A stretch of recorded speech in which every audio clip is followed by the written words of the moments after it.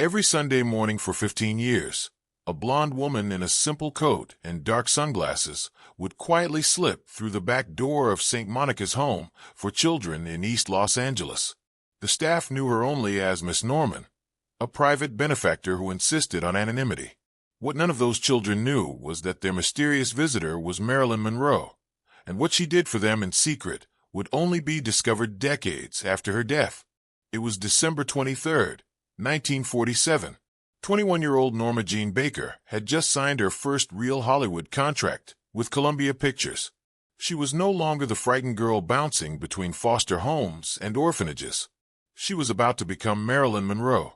But that cold Sunday morning, something pulled her back to a place she thought she'd left behind forever. St. Monica's Home for Children sat on a quiet street in East L.A., its red brick walls housing over 200 children who had nowhere else to go. As Marilyn's taxi pulled up to the gate, memories flooded back. The institutional smell of disinfectant, the sound of children crying themselves to sleep, the hollow feeling of being unwanted, unloved, forgotten. "Wait here," Marilyn told the driver, her voice barely above a whisper. She hadn't planned this visit. She'd been driving aimlessly after receiving her first real paycheck from Columbia, and somehow her instincts had guided her here. Inside St. Monica's, Sister Catherine was dealing with the same problem every orphanage faced in 1947. Not enough money, not enough resources, and too many children who needed more than just a roof over their heads. That's when she heard a gentle knock on her office door. "Excuse me, sister," said a young blonde woman, removing her sunglasses nervously. "I was hoping I could. I'd like to help somehow." Sister Catherine had seen many well-meaning volunteers come and go. Most lasted a few weeks before the reality of institutional care scared them away. But there was something different about this girl's eyes. They held the same wounded look she'd seen in so many of the children under her care. "What kind of help did you have in mind, dear?" Marilyn reached into her purse and pulled out her Columbia Pictures contract signing bonus, $500, more money than she'd ever had at one time. "I want to give this to the children, for Christmas presents. But," she hesitated, "I don't want anyone to know it came from me." Sister Catherine studied this young woman carefully. "May I ask why you want to remain anonymous?" "Because," Marilyn said, her voice catching slightly, "I know what it's like to be them. I know what it feels like to think nobody cares, whether you exist or not. And I don't want this to be about me getting credit. I just want them to feel wanted." What Sister Catherine didn't know was that Marilyn Monroe was about to begin a 15-year commitment that would quietly transform the lives of over 500 children. A commitment so secret that even Marilyn's closest friends never knew about it. That first Christmas, Miss Norman, the alias Marilyn created by using her real first name and her mother's maiden name, purchased individual gifts for every child in St. Monica's. Not generic donations, but carefully chosen presents based on detailed lists she'd requested from the staff. 8-year-old Tommy got the baseball glove he'd been dreaming about. 12-year-old Susan received the art supplies she'd mentioned once to a volunteer. Every child received something that showed someone had been paying attention to their individual hopes and dreams. But the gifts were just the beginning. By January 1948, Marilyn had established a routine that would continue for the next 15 years. Every Sunday morning, she would arrive at St. Monica's at exactly 9 a.m. She never came as Marilyn Monroe. She came as Miss Norman, wearing simple clothes, no makeup, her famous platinum hair hidden under a scarf or tucked into a modest hat. The children at St. Monica's began to look forward to Miss Norman's visits in a way that surprised even the staff. Unlike other benefactors who would tour the facility and leave, Miss Norman stayed. She read stories to the younger children. She helped the older ones with homework. She listened to their problems with the kind of attention that children who feel invisible rarely receive. Miss Norman had this way of making each child feel like they were the most important person in the room. Sister Catherine would later recall in a 1985 interview, 23 years after Marilyn's death. She never looked at her watch.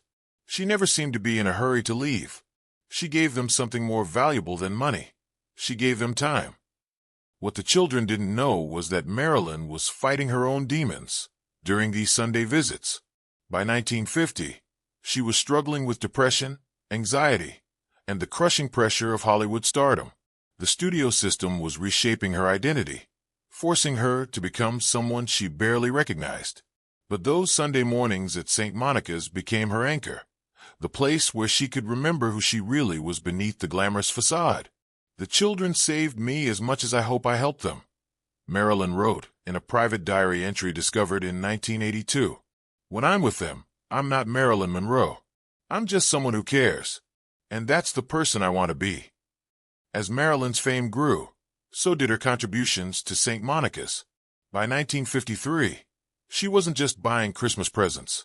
She was quietly paying for medical procedures that the state wouldn't cover. She funded a library renovation that created a quiet study space for the children. She established a scholarship fund for older children who wanted to attend college or trade school. But Marilyn's most significant contribution couldn't be measured in dollars. She created what she called the Sunday Family, a program where children could experience what it felt like to have someone who chose to spend time with them simply because they mattered. Every Sunday, Marilyn would select 5 or 6 children and take them on what she called adventures. These weren't elaborate outings. They were simple experiences that most children take for granted. A trip to the park, ice cream at a local diner, a visit to the library, a walk on the beach. "Miss Norman made us feel normal," said Robertson, who lived at St. Monica's from 1951 to 1958. "For few hours every Sunday, we weren't orphans or foster kids. We were just children who had someone who wanted to spend time with us." But maintaining this secret life required increasing elaborate measures as Marilyn's fame exploded in the mid-1950s. Her publicist thought she was visiting a private therapist every Sunday. Her studio believed she was taking acting lessons. Even Joe DiMaggio and Arthur Miller, her husbands, never knew the real reason for her weekly disappearances. Marilyn developed an intricate system to protect her anonymity. She would drive to a small church several miles from St. Monica's, change clothes in the bathroom, and then take public transportation to the orphanage. She carried identification under the name Norma Norman, complete with a fake address and phone number. She was more careful about protecting those Sunday visits than she was about protecting her private life from the paparazzi, said May Reese, Marilyn's personal secretary and one of only 3 people who knew about St. Monica's. It was sacred to her. The closest Marilyn ever came to exposure happened in 1956. At the height of her fame, a photographer for Life magazine had been following her, hoping to capture candid shots for a profile piece. He followed her taxi to East L.A. and saw her enter St. Monica's through the back door. When the photographer approached Sister Catherine about photographing Marilyn Monroe's charity work, the nun's response surprised him. "I don't know any Marilyn Monroe," Sister Catherine said firmly. "We have a private benefactor named Miss Norman who values her privacy, and we respect that privacy absolutely." The photographer left empty-handed, but not before Sister Catherine called to warn Marilyn. That night, for the first time in 9 years, Marilyn considered ending her Sunday visits. "I can't risk the children becoming a publicity stunt," she wrote in her diary. "They deserve better than to become props in the Marilyn Monroe story." But the children themselves convinced her to stay. When 12-year-old Maria Santos heard that Miss Norman might stop visiting, she wrote a letter that Sister Catherine delivered to Marilyn. "Dear Miss Norman, I don't know why you come to see us every Sunday, but I want you to know that you are the best part of my week. You make me feel like I matter. Please don't stop coming. We need you." Marilyn kept that letter for the rest of her life. It was found in her purse when she died. The financial scope of Marilyn's giving was staggering. Bank records discovered in 1978 showed that between 1947 and 1962, she donated over $100,000 to St. Monica's, equivalent to nearly $800,000 today. But she also gave in ways that couldn't be quantified. She attended every graduation ceremony, disguised in the crowd, to cheer for her children. She sent birthday cards to every child, handwritten and signed, "Someone who believes in you." When children aged out of the system at 18, Marilyn didn't abandon them. She created a network of support that helped dozens of former St. Monica's residents find jobs, housing, and continue their education. She paid for wedding dresses for the girls and helped the boys find their first apartments. "Miss Norman saved my life," said Elena Rodriguez, who lived at St. Monica's from 1953 to 1960. "When I aged out, I had nowhere to go and no money for college. She paid for my nursing school tuition and wrote me letters of encouragement every month for 3 years. I became a pediatric nurse because of her.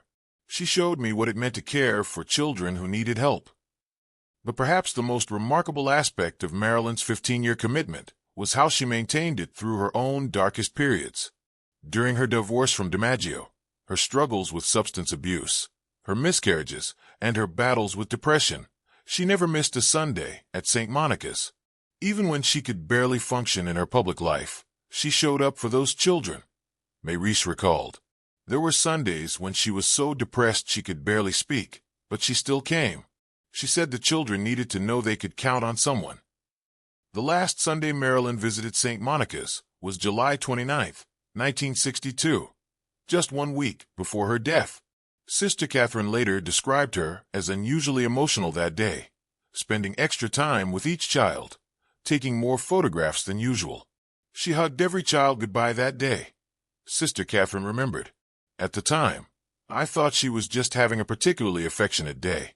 Looking back, I wonder if somehow she knew it might be her last visit." Before leaving that final Sunday, Marilyn pulled Sister Catherine aside. "Promise me something," she said. "If anything happens to me, make sure the children know they were loved. Make sure they know that coming here every Sunday wasn't charity for me. It was a privilege." When Marilyn Monroe was found dead on August 5, 1962, Sister Catherine faced a heartbreaking task. How do you tell 200 children that their Miss Norman is never coming back? How do you explain that the woman who had been the most consistent presence in their lives was the famous movie star whose death was making headlines around the world? Sister Catherine decided to tell them the truth. In a gathering that evening, she explained that Miss Norman was actually Marilyn Monroe, and that she had been visiting them in secret for 15 years because she loved them, not because she wanted publicity or praise. The children were shocked, of course, Sister Catherine recalled, but they weren't really surprised that someone famous would want to keep helping them a secret. They understood that she came to see them not because she was Marilyn Monroe, but in spite of being Marilyn Monroe. The true extent of Marilyn's legacy at St. Monica's only became clear in the months and years following her death. Her will included a provision for the orphanage that ensured her Sunday scholarship fund would continue for another 20 years. But more importantly, her example had inspired others. Donations to St. Monica's increased dramatically after news of Marilyn's secret charity became public. Other celebrities began quietly supporting the orphanage. But most significantly, many of the children who had known Miss Norman grew up to become teachers, social workers, nurses, and advocates for children in need. She created a ripple effect that's still going on today, said Dr. Michael Torres, who lived at St. Monica's from 1950 to 1957 and became a child psychologist. She showed us that love isn't something that happens to you by accident. Love is something you choose to give, even when you have every reason not to, especially then. Today, St. Monica's Home for Children has been renamed the Norman Children's Center, honoring not Marilyn Monroe the movie star, but Miss Norman, the woman who showed up every Sunday for 15 years simply because she cared.